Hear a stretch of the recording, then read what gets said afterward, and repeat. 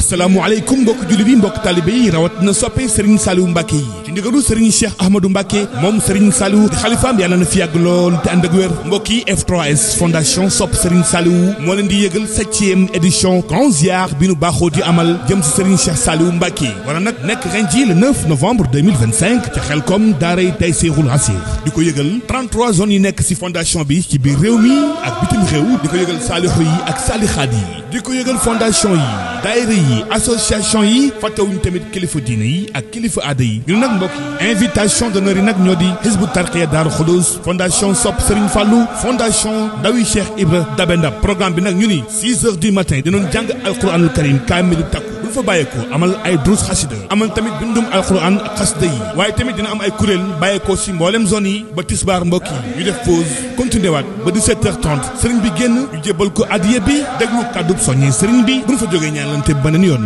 fondation Sopp Serigne Saliou di ñaan yàlla nañ ko fekki ak jàmm tey ñaan Serigne Cheikh Saliou Mbacké mu yàgg fi lool te ànd